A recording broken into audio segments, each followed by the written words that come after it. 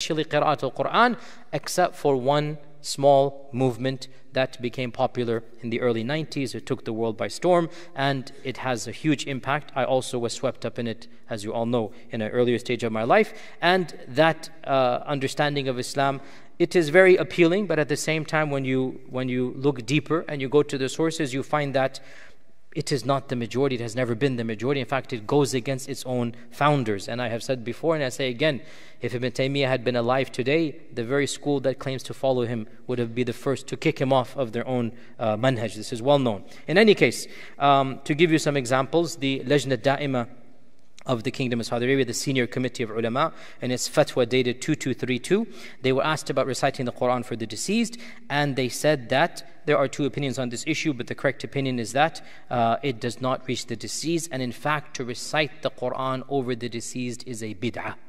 Okay, so they said it is a bid'ah to recite the Quran over the deceased.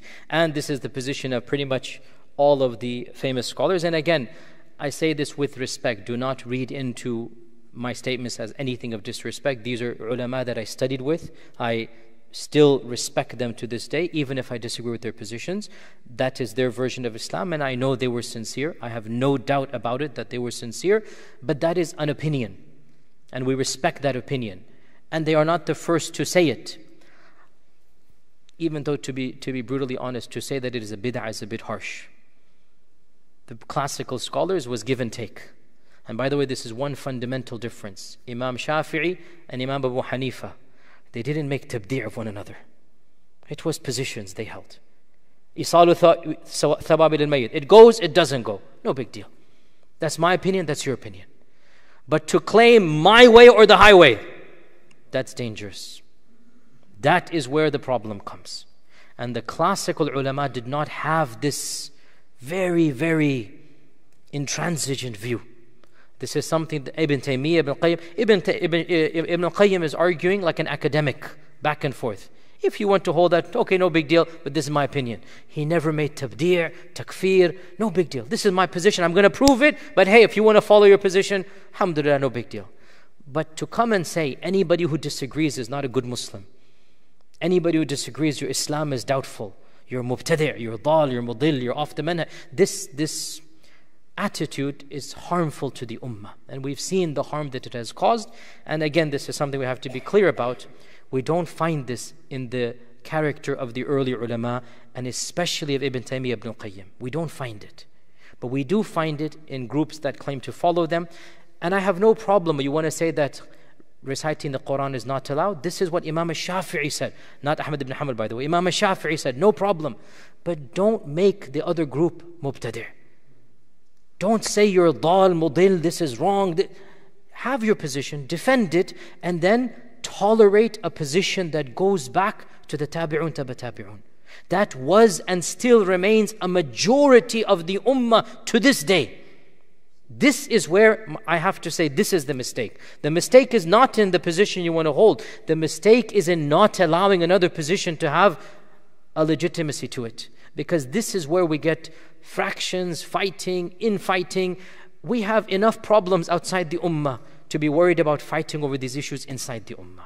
Live and let live when it comes to these internal issues. So, of course, as well, I forgot to mention, another great alim, not meant to be disrespectful, but you should just be aware, Shaykh al-Albani, may Allah Azza wa Jal have mercy on him. I benefited from him immensely when I was a teenager, and I owe him a lot to my own thought process and whatnot. But he has views that, again, based on his ijtihad, he did not allow reciting the Quran for anybody except for the son or daughter, because he has a certain usul, which is very literalist, as you know, if you know Shaykh al-Albani, and he basically did not allow any person, any brother, any friend, even the parent for the child, no. Only the son or daughter for the mother or father, that is it. Based on, the sadaqah jariyah for the child and whatnot, so he did not allow it at all, and he said it is a bid'ah for anybody else to do this. Now, of course, they're saying it is a bid'ah. Ibn Qudama is saying there's ijma' that it is allowed. Look at the difference. And wallahi, it is interesting, right? And the Maliki scholars and Ibn Rushd, this is something fi kulli asrin wa Misr, people have been doing it. Coming and reading Quran for the deceased. They're writing this 1,000 years ago. And then a recent scholar comes and says, it is bid'ah, who are you going to trust? Ibn Qudama from 1,000 years ago, or Ibn Rushd from also 1,200 years ago, saying that the ummah is doing this from time immemorial, or somebody 50 years ago saying it is bid'ah and dal and budil. Yani it's up to you who you want to trust. But in any case, to conclude, in our times, pretty much the entirety of the ummah, including the Shafi'i madhab, which used to say something else, except for, as we said, one modern strand of Hanbalism, it has allowed the gifting of the Quran to the deceased and doing good deeds for the deceased without any conditions whatsoever. It is something that is allowed.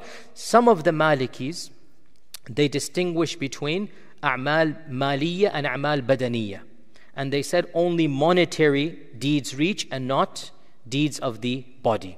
But generally speaking, the vast majority of scholars allowed the gifting of especially in our times, they allowed this. And to finish off, 2 points. Number one, we've talked about the issue of gifting, but do realize, when you gift your good deeds to the deceased, what you are doing is saying to Allah, oh Allah, I don't want this good deed anymore. Give it to somebody else. That's what Ibn Teymiyye is pointing out. Don't make a mockery of this thing. If you go around gifting all your good deeds to everybody, what you are saying, you don't have any good deeds left. That's not what this concept is for. Do you go around giving all of your money to somebody else? No matter how much you love somebody, they'll take some of your money, but you keep some for yourself. And the more you love them, the more you give, but you also have rent to pay. You also have yourself to take care of. When you gift, see, a lot of people don't understand this. When you gift a good deed, you are saying, if this is the deed, oh Allah, I don't want it. Give it to my mother. Now, no doubt, you should gift to your mother, your father, your deceased. Go ahead, whoever needs to be gifted. But you also need a healthy dosage for yourself on Qiyamah. Now, question, why would you gift something that you have done? Response, because you love someone so much and you owe them so much that that's their haqq on you. Also, you hope that Allah will give you for your generosity. You see, that's a very key point here. When you're good to somebody else, Allah will give you. So, a lot of people say, when I gift my umrah to my whatever, will I get the reward of the umrah? Technically, no, you won't. Technically, no, you won't. But you will get the reward of gifting something so precious to somebody else. And that is its own reward, number one. Number two, can Allah not gift you and the other person? Theoretically, yes. But technically, that's not what ihda' al-thawab means. Do you understand my point here? Allah ala kulli shayin qadir. And Allah might in His karam give you and somebody else. But technically, what does it mean when you gift your good deed? It is, like Ibn al-Qayyim said, gifting your money. You give it to somebody else, you no longer have it. You've gifted it to them, it's theirs now. On Judgment Day, your hajj will be in their scales, not in your scales. What will you get the reward of? Oh Allah, I want to pay my debt I owe to that person, my mother, my father, my grandmother, my grandfather, by doing this good deed on their behalf. So the wise person gifts in accordance with that haqq, but doesn't gift everything because you don't want to appear penniless on Judgment Day. Okay? Now, does that mean there's no reward at all? No, of course. When you go for hajj, what else do you do when you're at hajj? Dua, salah, dhikr. So there's a lot of stuff going on that you will get the reward of. Your dua of Arafah is for you. You're making it. So even if you gift the reward of hajj to somebody, you are also benefiting immensely by doing so many other things. And you don't just do the hajj, you read Quran there, you do dhikr, you're doing tawaf, extra, whatnot. So all of that is being done. So it's not just that you get nothing. You get Allah's reward for gifting. Allah might be Kareem and give it to you back anyway. And you also get the good deeds that you do in that time frame. Is that clear? Okay, final point. To be very clear here, I discussed the issue of gifting good deeds. I did not discuss the specifics of what happens about Quran Khanis and coming together. I didn't even talk about that. That's a separate topic altogether. I didn't talk about that. I simply said the vast majority of scholars, including Ibn Teymiyye, Ibn Qayyim, Imam Ahmad, Abu Hanifa, and even Imam al-Nawawi seems to be siding with this. The vast majority of scholars have said, you may read the Quran in your personal private life and gift it to the deceased. And I believe in this as well. Now, all of these additional trappings of on the 40th day, we're going to invite people on this and that, I didn't talk about that at all. So please don't read in that I'm allowing that or I'm speaking about that. Generally speaking, I am very cautious about that, and I think that the more things you add, the more problematic it becomes. So I'm definitely not endorsing those customs and habits. That having been said, I also want to say that perhaps the strictness with which one group has criticized coming together and reading Quran is also not in its place. And perhaps because of that backlash, the other group wanted to even make it even more firm. And for every action, there is an equal and opposite reaction. This is human nature.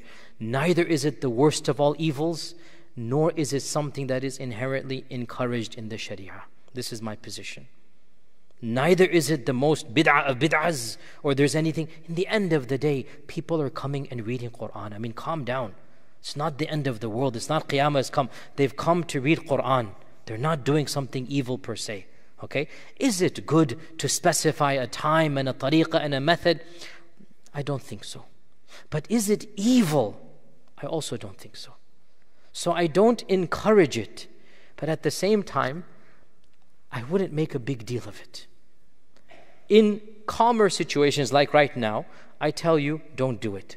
But when somebody has passed away and their family is doing it, for you to barge in and say haram and kufr and bid'ah, this is not Islam, what you are doing. Wallahi, what they are doing is closer to the spirit of Islam than what you are doing. If you think that you're going to come closer to Allah by being harsh and mean because they're reading Quran over the deceased. And Ibn Qudama says there's ijma', and Ibn Humam says fi kulli asr wa misr, people have gathered and read the Quran. This is something that has been done. I don't encourage it, but it's not something that is inherently evil that we have to be warning against. We teach that don't, if you're able to, don't do it in your families. This is what I say, honestly, don't do it. Do what our Prophet told us to do. If you want to do something, go for Hajj. You want to do something, build a well. This is far better than reading Quran, to be honest, because building a well is sadaqah jariyah. Reading Quran is a page or two. So, far better. But if some family is doing it, that's their emotions, that's dealing with it, and there's a time and a place to teach them. When somebody dies, there's not the time and place that you want to fine-tune these understandings that they have. And to conclude, and allow me to make a free plug here, inshallah ta'ala, alhamdulillah, I'm involved in many projects of sadaqah jariyah, some large, some small. If you're able to find your projects, alhamdulillah. If not, feel free to come to me. I'm building schools for refugees across the world. I also have sponsorships of wells that people that are doing in Bangladesh and other places. Any projects that you feel that you don't have any sadaqah jariyah access to, I have, alhamdulillah, many projects that I'm involved with for sadaqah jariyah. So if you have a large amount, think of a school. I myself have built a school in Mina with my money, but I'm saying gathered money to build a school in multiple places. And if you want to do that as well, it's something possible. And if you want to do smaller projects like building wells or whatnot, and you don't have your own, if you have your own contacts, alhamdulillah. If you don't, then alhamdulillah, I have contacts that will directly connect you. I'm just the middleman. I don't get a commission except with Allah Azza wa Jal. My commission was Allah Azza wa Jal to connect you. But other than that, just to get the projects done, I am here inshallah for that. Inshallah, we will conclude our Berzah series next Wednesday, inshallah. Finish up with next Wednesday, and we'll also have an extended Q&A. I know a lot of you have a Q&A. No time today. We'll have that next Wednesday, inshallah. Jazakumullah khair. Assalamu alaikum wa rahmatullahi wa barakatuh. لا يزال الخير حيا لا يزال إن في الدنيا سلاما وظلال أخبر الأيام أنها في وصال قم بنا وانظر لآيات الجمال قم بنا وانظر لآيات الجمال